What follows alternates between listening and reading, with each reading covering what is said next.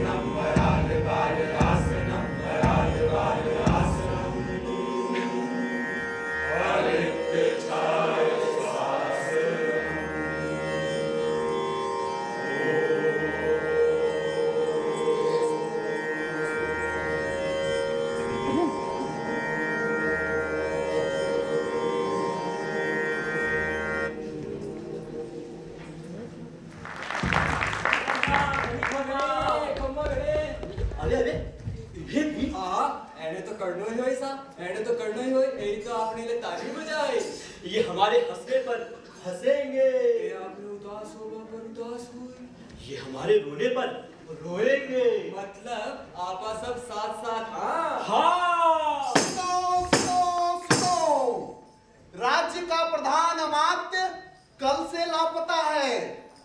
जिस भी व्यक्ति को वह दिखलाई पड़े उसकी सूचना फौरन राजा पृथ्वीराज चौहान तक पहुंचाई जाए। सूचना देने वाले व्यक्ति को राजा द्वारा बड़े उपहार दिए जाएंगे। सुनो सुनो सुनो सुनो सुनो सुनो। मंत्री लापता? कोई मजाक है भाई?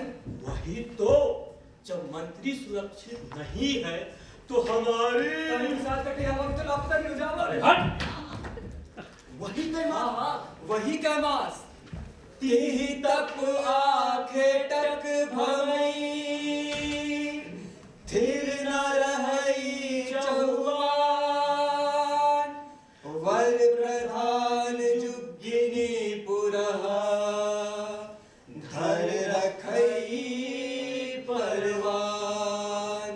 अर्थात विरह ताप के कारण पृथ्वीराज के आखेट में जाने के बाद दिल्ली री धरारी रक्षा कैमास ही तो कर रही हो। लेकिन मित्र, मामला कुछ तो गड़बड़ है। हाल ही की तो बात है जब कैमास और कर्नाटक दोनों गुटर को कर दिया। आओ ये भी बता देते हैं। हाँ हाँ, आपको कोई मैं क्या डाल सकूं? एने तो बताना ही पड़ी।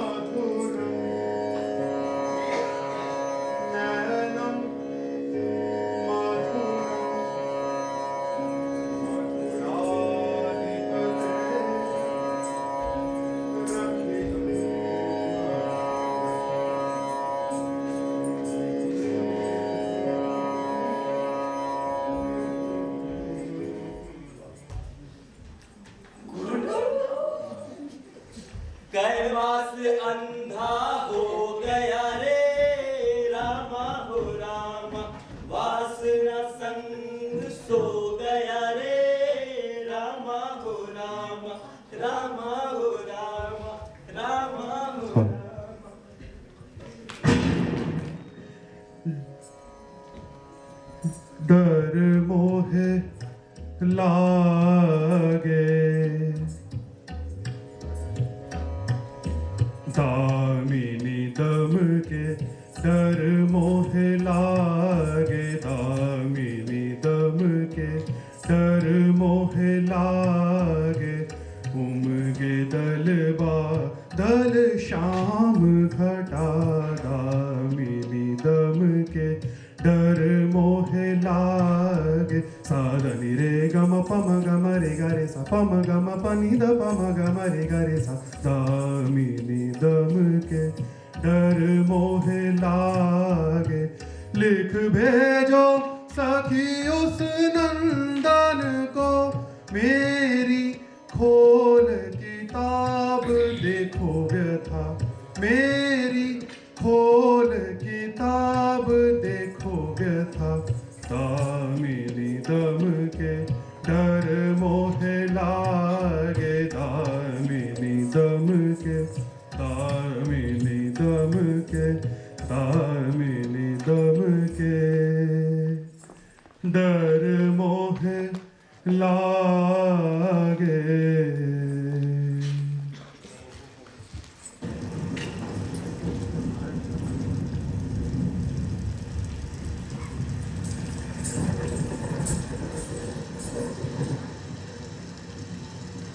आपने आने में बड़ी देर कर दी महाराज।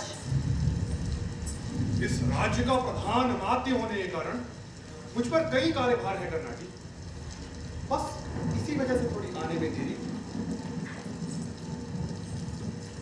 ये सब कब तक चलेगा महाराज? यह तो मैं नहीं जानता कर्नाटी, लेकिन वापस लौट पाना अब शायद संभव ना हो।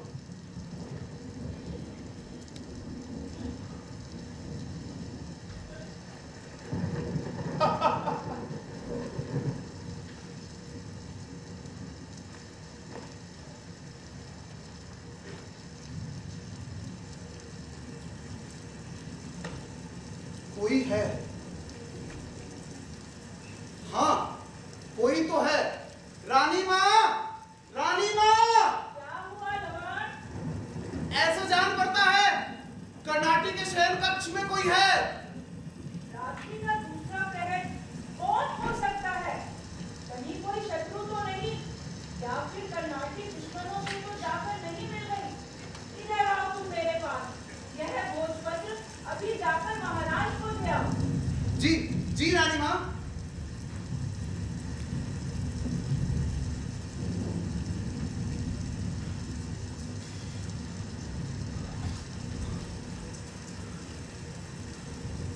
भोजपत्र।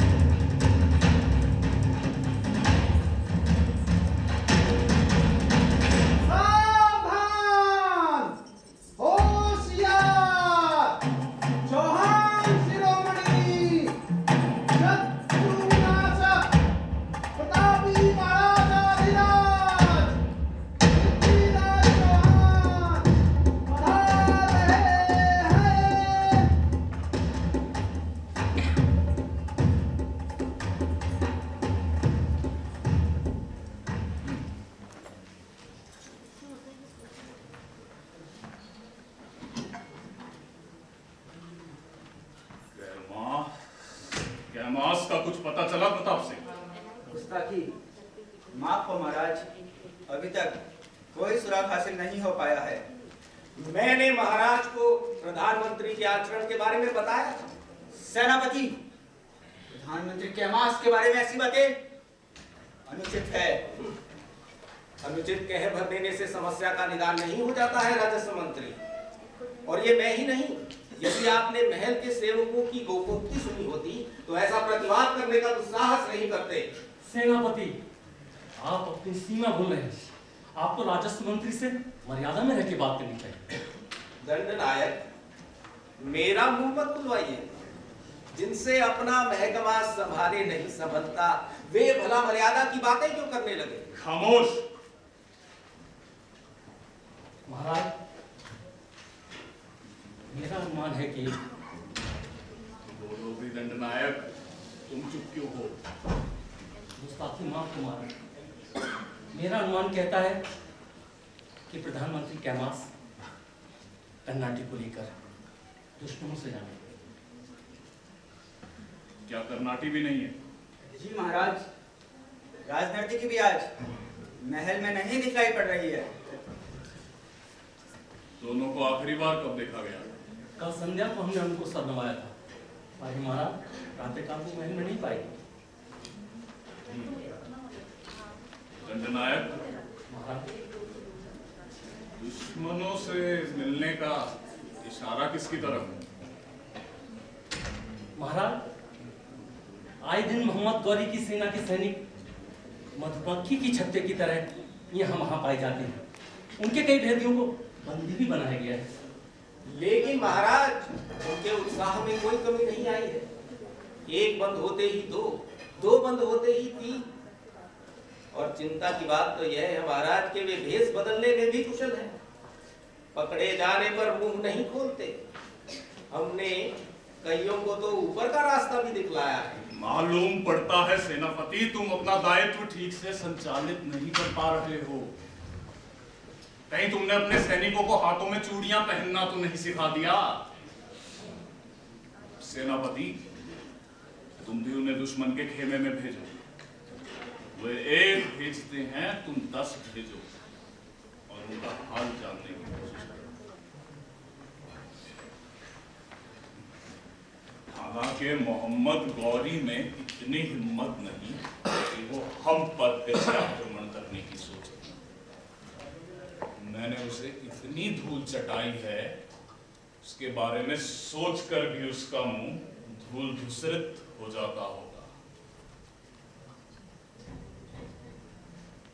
चंद महाराज, तुम इतने खामोश क्यों? अगस्त्य नक्षत्र का उदय हो चुका है चंद। चंद्रमा आकाश में निर्मल दिखलाई पड़ रहा है। कन्नौज पर विजय का यही सही समय है। अब तुम ही बताओ चंद, कैमास कहाँ है? महाराज, नागपुर सुरपुर सयल, कथित कहूँ सब साज, दाहिम मौदुल्लह भयऊ, कहू न जाई पृथ्वीराज। महाराज, मैं पाताल, देवलोक, स्वर्ग का सारा वर्णन कर सकता हूँ, परंतु कैमास दुर्लभ हो गया है। उसके बारे में बता पाना संभव नहीं है महाराज। चंद, मुझे बताओ, क्या कैमास सुरलोक में पैदा हुआ है या सर्पलोक में, जो उसे वहां भी ना बता पाने की बात तुम कहते हो? अगर तुम कैमास को नहीं बता पा रहे हो चंद, तो अपने इस निकम्मे काव्य को खंडित कर दो। अब तुम्हारे सामने ही रास्ता है चंद। या तो मुझे बताओ कैमास कहाँ है, या अपने हर सिद्धि के वर की बात को छोड़ दो। महाराज, जय छंडई से सहधरणी, हर छंडद विषकंद, रवि छंडई तप ताप कर, तहुबर छंडई कवि चंद। हे राजन, जिस प्रकार शेषनाग पृथ्वी को धारण करना नहीं छोड़ सकता, जिस प्रकार शिव जी विश्व का भक्षण करना नहीं छोड़ सकते, जिस प्रकार सूर्य कभी तपना नहीं छोड़ सकता, ठीक उसी प्रकार मेरा भी हर सिद्धि के वरदान को छोड़ना संभव नहीं है महाराज। अगर तुम अपना हर सिद्धि का वर त्यागने को तैयार नहीं हो तो फिर बताओ कैमास कहाँ है? मुझे एक दिन का वक्त दीजिए महाराज।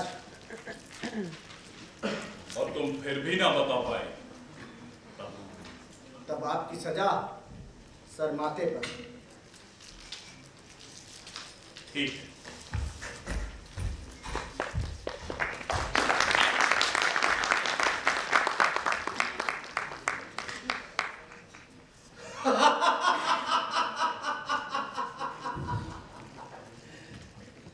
अब आएगा मजा। फंस गया चल, अब तू फंस गया, अपने ही बुने जाल में फंस गया। तुम्हें पता तो होना ही चाहिए, शर्त पूरी नहीं कर पाने पर तुम्हारे साथ क्या सलूक किया जाएगा। महाराज की चाकरी पर पलने वाला अपने को कवि कहता है। हर सिद्धि से बने कागज से बने महल के ढहने का वक्त आ गया है चल।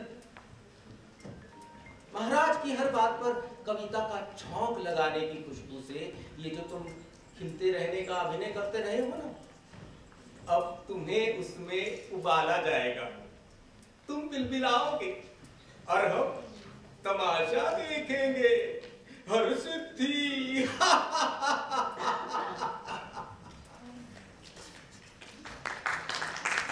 मूर्ख पागल सेनापति को कौन समझाए कि यह समय प्रलाप का नहीं है, यह समय आपसी वैमनस्य का नहीं है। बाहरी ताकतें दिन ब दिन मजबूत होती जा रही हैं और यह मूर्ख प्रतिष्ठित रचनाकार के पीछे पड़ा हुआ है। राज्य के हालात ऐसे हो गए हैं कि हर एक में मोहम्मद गौरी के अक्स दिखाई पड़ते हैं। पता नहीं कल भरी सभा में चंद बधाई के साथ कैसा सलूक किया जाएगा।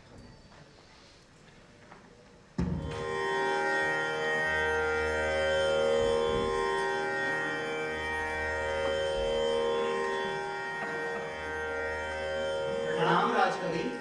आओ सैनिक, घोषक बहुत सही समय पर आए हो। कुछ पंक्तियां मैंने लिखी हैं, तुम लोग भी सुनो।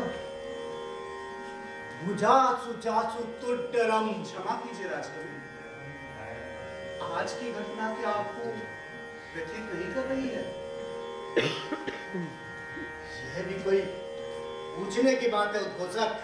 राजकवि, फिर आपने क्या सोचा? आपने एक ही दिन का वक्त क्यों लिया राजकवि? प्रधानमंत्री कैमास को इतने कम समय में पता लगाना कैसे संभव है? कैमास को मैं अच्छे से जानता हूँ घोषक, तो लापता नहीं हो सकते। इसका मतलब है स्वयं ही कहीं छुप गए हैं? मैं ऐसा भी नहीं सोचता। दरअसल मामला थोड़ा पेचीदा हो गया है सैनिक, लेकिन सुलझाना भी आप ही को पड़ेगा राजकवि। राज्य के हालात भी ठीक नहीं है, सब कानाफूसी में लगे हैं। प्रधानमंत्री कैमास जैसा व्यक्ति मिल पाना दुर्लभ है बंधु। इतने बड़े पद पर आसीन होने के बाद भी उनको छू तक नहीं पाया था। एक दिन युद्ध से लौटने के बाद कहा, युद्ध में नहीं, आपकी कविता लड़ती है राजकवि। जब भी कभी मुश्किल में आन पड़ता हूं, बस आप ही की कविता की पंक्तियां गुनगुनाने लगता हूं। फिर क्या, फिर सब ठीक हो जाता है। एक दिन भावुक होते हुए कहा, मैं भी आपकी तरह लिखना चाहता हूं राजकवि, कृपया मुझे अपना शिष्य बना लीजिए। राजकवि, क्या यह सच है कि राजनर्तकी कर्नाटी और कैमास के मध्य प्रेम स्थापित हो गया था? इस पर किसी का वश नहीं है सैनिक। इस पद पर पैर रखते ही बुद्धि पहाड़ की कंदरा में जा छिप जाती है। अति सुंदरी कर्नाटी को देख, अरे मानव तो क्या, देवताओं को भी पसीने आ जाए। सुंदरी तो थी ही, गुणी भी थी। एक दिन मेरे पास आई और कहने लगी, राजकवि, आप सबके लिए कुछ ना कुछ लिखते हैं, मेरे लिए भी चंद पंक्तियां लिख दीजिए। मैं नृत्य में साथ रखना चाहती हूँ। आंखें हिरणी सी लेकिन भाव शून्य, जैसे आंखों के पोटर का जल सूख चुका हो। अब क्या होगा राजकवि? मां शारदे की जो इच्छा। ठीक है, अब आप लोग प्रस्थान कीजिए, मेरा भी आराम का समय हो गया है। प्रणाम राजकवि। मराल बाल आसनम अलित छाय शासनम मराल बाल आसनम अलित छाय शासनम मराल बाल आसनम अलित छाय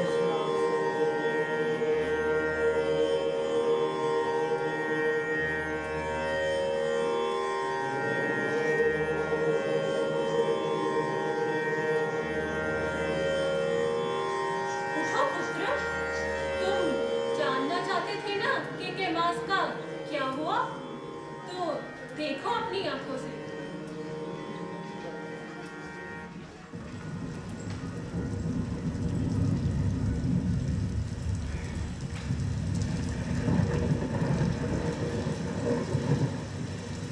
कहाँ हो कर्नाटी? देखिए तो महाराज, मैं आपके सामने ही हूँ।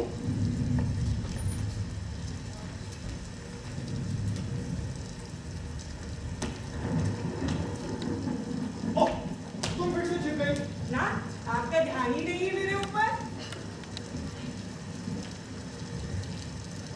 क्षम्यताम परम कदापि तवे दृशम ना करोमि देहि सुंदरी दर्शनम मम मन मथेन दुनोमि हरि हरि हदातर्तया रता सापुकिते।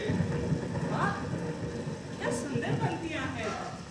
मालूम पड़ता है राजकवि ने आपको प्रशिक्षण देना शुरू कर दिया है। नहीं कर्नाटी, यह श्री कृष्ण उपासक जयदेव की आत्माभिव्यक्ति है।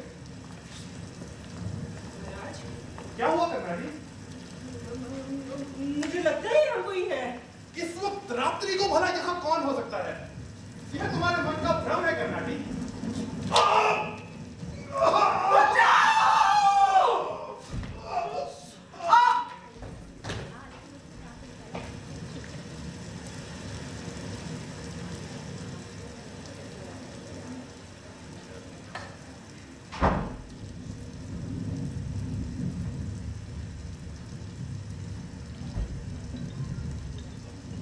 कर्नाटी, कैमास,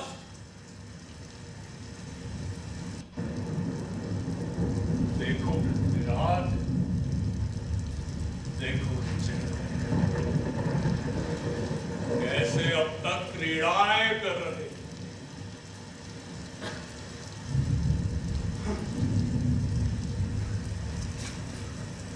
महारानी, इनके शवों को महल के पीछे गड़वा दीजिएगा।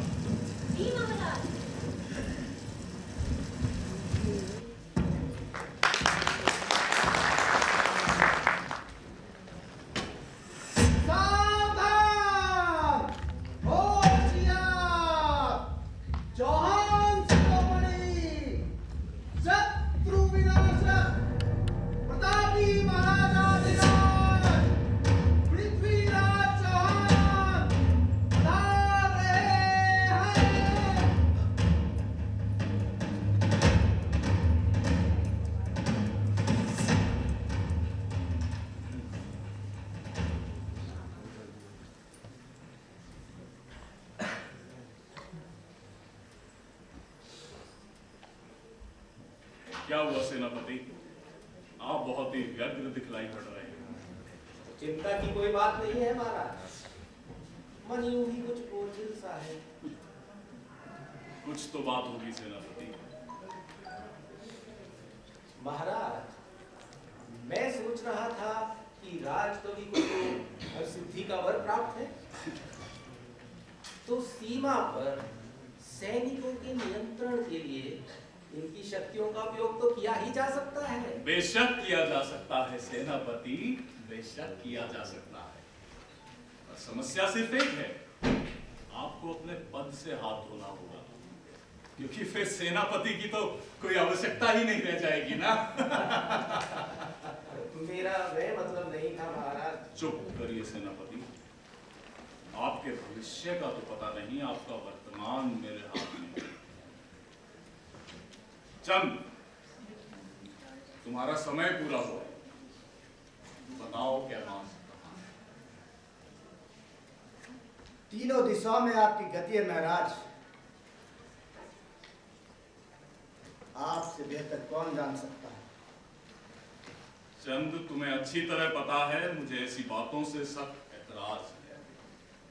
अब तुम्हारे सामने एक ही रास्ता है चंद, या तो बताओ कैमास कहाँ है, या फिर अपनी सजा भुगतने को तैयार हो जाओ। गुस्ताखी माफ हो महाराज, लेकिन आप मेरी व्यवस्था तो समझिए। चंद, मेरी सहानुभूति तुम्हारे साथ है, लेकिन अब तुम्हें पीछे मुड़ने नहीं दिया जा सकता। ये सभा जानना चाहती है कैमास कहाँ है। अगर ऐसी बात है महाराज, तो आपको एक वचन देना होगा। कैसा वचन? हे महाराज, मुझे पता है कि कैमास के बारे में बतलाने में अथवा चुप रहकर आपकी बात का उत्तर न देने में मेरे मरने का आयोजन है। इसलिए हे महाराज, यदि आप मुझे निर्भयता का वचन दें तो कैमास की स्थिति के बारे में काव्य रचना करके बतलाऊं।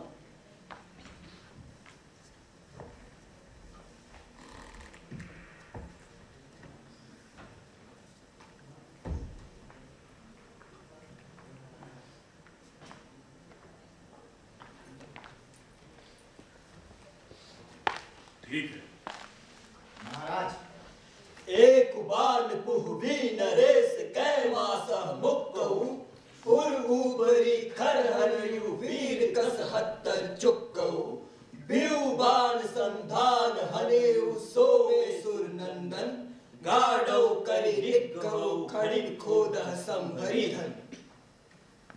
हे पृथ्वी नरेश, आपने एक बाण कैमास पर छोड़ा, वह निशाना चूक गया।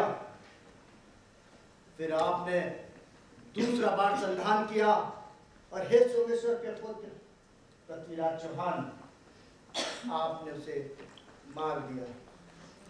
कैमास के मरने के बाद आपने उसे महल के पीछे गड़वा दिया। चंद बचन दोनों कान सुन सभा रह गई सन। सूर सामंत सब डर गए, करे प्राणों की जतन, करे प्राणों की जतन। सभी भागे मुंह छुपाए, लठी पड़े हो जैसे सर पे वैसे वे हड़बड़ाए। राजा की हुई स्थिति विचित्र जी, युग समान बीते उनके पर जी। भेद की बात उजागर राजा बोले रोष बचन, तैश में खुद को लाकर। प्रणाम महाराज।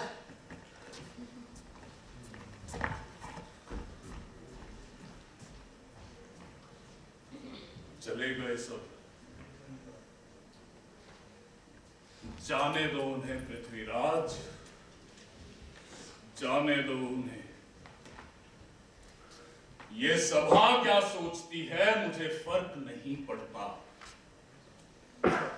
ये प्रजा क्या सोचती है मुझे फर्क नहीं पड़ता, सभी सामंत क्या सोचते हैं मुझे फर्क नहीं पड़ता। मेरे अहम से जो टकराएगा उसका यही हाल होगा, चाहे उसके लिए मुझे 10 कैमासों की बलि क्यों ना देनी पड़े। मैं एक बार भी नहीं सोचूंगा, मैं सम्राट हूं, सोचना मेरा काम नहीं।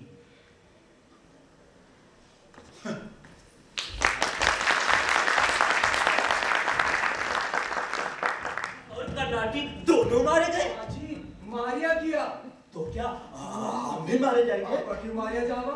आपा कोई राजा की प्रेमिका प्रेम थोड़े कर यहाँ और हमारा प्यार नहीं कर। आपने प्यार ने राजा की आंखें देख को नहीं पाए। यानी राजा अंधा? हाँ जी अंधा। रुको भाई रुको, दीवारों के भी कान होते हैं। ऐसी बातें मत करो, वरना काहे, वरना हम भी मारे जाएंगे। और एक इन्हें कह दिया तू तो ये समझे, इन्हें पता तो होना ही चाहिए कि पृथ्वीराज चौहान की रक्षा के लिए पीछे खड़े रहे। मित्र, एक बात तो डंके की चोट पर कही जा सकती। कौन सी बात मित्र? कवि चंद्रवर दाई तो बहुत साहसी निकले। सरस्वती पुत्रों के पास साहस की कमी को नहीं होगा मित्र। वही तो देखा तुमने, सभा कैसे ताश के पत्तों की तरह भरभरा कर बिखर गई। पर हमारा मन में एक प्रश्न खाए जा रही है। कहो मित्र, क्या सवाल है? क्या मैं तुम्हारी मदद कर सकता हूँ? आप ही कर सको और कोई नहीं। तो बताओ फिर बात क्या है? कैमास की पत्नी बातों घड़ियां भागन निकली। एक तो भी को पति मारियो क्यों, दूसरो बिना शव के अंतिम संस्कार को मौका ही को नहीं मिलियो। एक उपाय है मित्र। कौन सा उपाय मित्र? कैमास की पत्नी को थोड़ा साहस से काम लेना होगा। मतलब मैं समझियो को नहीं। तात्पर्य ये है मित्र कि उसे पृथ्वीराज के पास जाकर अपने पति का सौ मांगना होगा। जियो मित्र, खूब जियो। चलो उसकी पत्नी को पृथ्वीराज के पास भेजने का विधान करते हैं। गोविंद बोलो भाई गोपाल बोलो, गोविंद बोलो भाई गोपाल। हरिओम हरिओम हरिओम। शिव शंभो शिव शंभो। हमारा कल्याण हो देवी, थोड़ा भिक्षा विक्षा मिलेगी?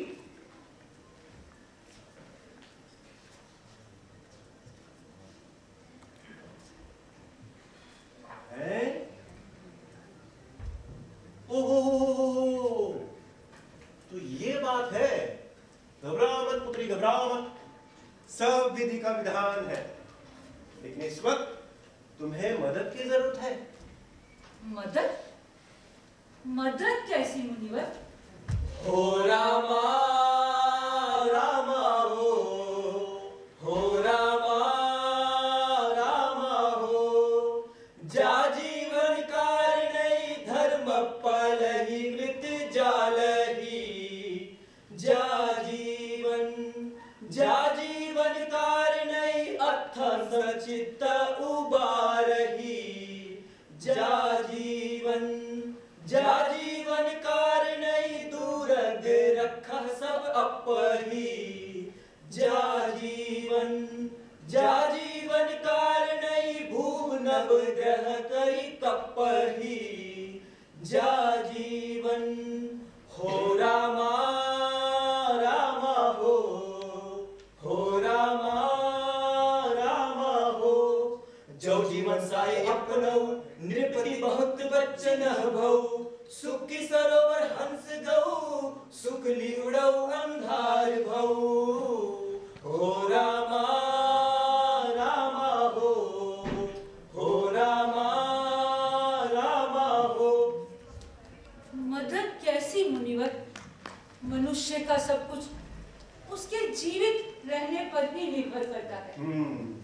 इस जीवन के लिए ही वह धर्म की रक्षा करता है, अर्थ का संचय करता है, दुर्ग की रक्षा करता है, और इस जीवन के लिए ही वह राजा से भयभीत रहता है कि कहीं राजा उसके जीवन को कोई हानि न पहुंचा दे। परंतु यदि जीवन की ना रहे तो इस दुनिया में उसके लिए कुछ शेष नहीं रहता मुनिवर, कुछ शेष नहीं रहता। कैमास मेरा जीवन था मुनिवर, जीवन था वो मेरा। अब उसके बिना इस अंधकार में जीवन की रक्षा करके क्या करूंगी? बताइए मुनिवर, मैं क्या करूंगी? कुछ प्रश्नों के जवाब वक्त पर छोड़ देना चाहिए पुत्री, लेकिन पहले तुम अपने पति को अंतिम विदाई तो ठीक से दे दो। तुम स्वयं महाराज पृथ्वीराज चौहान के दरबार में जाओ और उनसे अपने पति के शव की गुहार लगाओ। मेरा विश्वास कहता है वे तुम्हें इनकार नहीं करेंगे।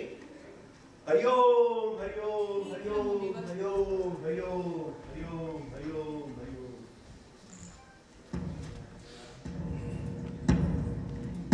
जाऊंगी, अपने अपने पति को अंतिम विदाई देने के लिए जाऊंगी मैं पृथ्वीराज के पास।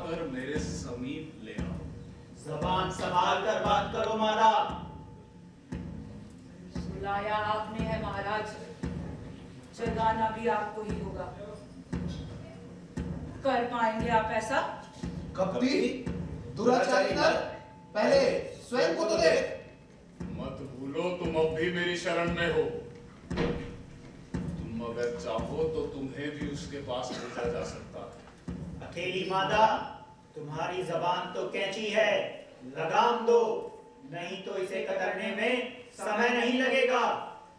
भेज दीजिए महाराज, मुझे मेरे कैमास के पास भेज दीजिए। आपका ये उपकार मैं जीवन भर नहीं भूलूंगी महाराज, भेज दीजिए। कायर, बुज़दिल, इसके अलावा तुम कर भी क्या सकते हो? प्रणाम महाराज।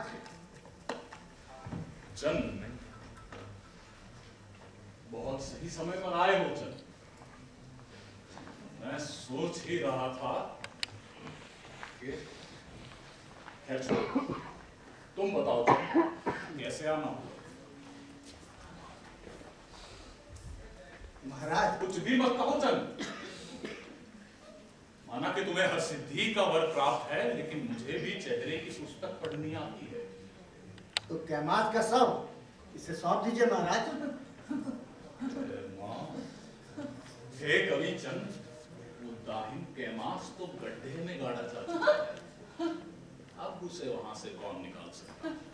महाराज रावण कीनी गड्डियौ क्रोध रघुराय बाण दिए, बाली कीनी गड्डियौ सूत सुग्रीव जीव लिए। हो रामा रामा हो रामा रामा हो, गड्डई नैंदु गौतम रसी बरु शराब छंडिये जीनी। इहिरोस दोष पृथ्वीराज सुनी, मम गड्डई संभरी धना। हो रामा रामा हो रामा रामा हो। गाड़ दिया आपने मेरे कैमास को, गड्ढे में गाड़ दिया महाराज। ये आपने ठीक नहीं किया महाराज, ठीक नहीं किया। रावण को किसने गाड़ा था? श्री राम ने भी क्रोध में तीर चलाया था। बाली को किसने गाड़ा था? सुग्रीव ने उसके प्राण कर लिए थे। और चंद्रमा को भी किसने गाड़ा था महाराज? उसने भी तो द्रुपदी के साथ श्रृंगार की रखी थी। सूर्य को भी पांडवों ने गाड़ा था महाराज। ऐसी घटनाएं पहले भी होती रही है। गौतम ऋषि ने भी इंद्र को गाड़ा नहीं था महाराज, केवल श्राप देकर छोड़ दिया था। अतः महाराज आप भी मेरे पति को मत गाड़िए, उसे मुझे सौंप दीजिए उसे। ठहरो, मैं तुम्हें सेनापति। जी महाराज। इन्हें कैमास का शव विधिवत लौटा दीजिए। आइए देवी।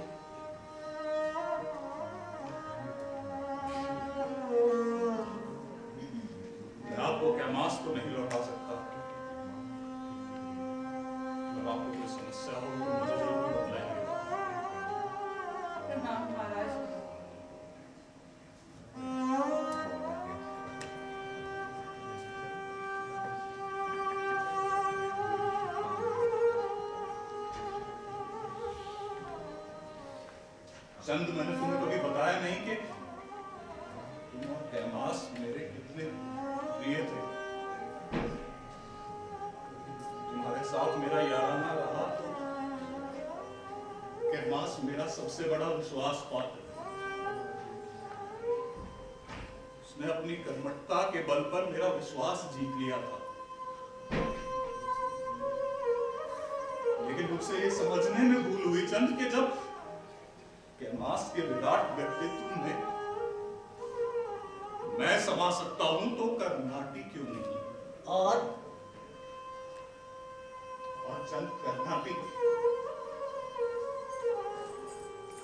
के नृत्य में ऐसा जादू था चंद के मन बार बार उसे देखने को आतुर हो उठता था।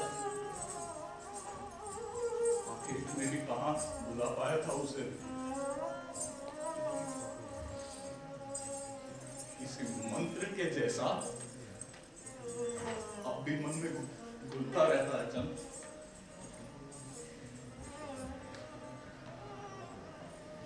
मुझसे बहुत बड़ी गलती हो गई चंद, बहुत बड़ी भूल हो गई चंद मुझसे।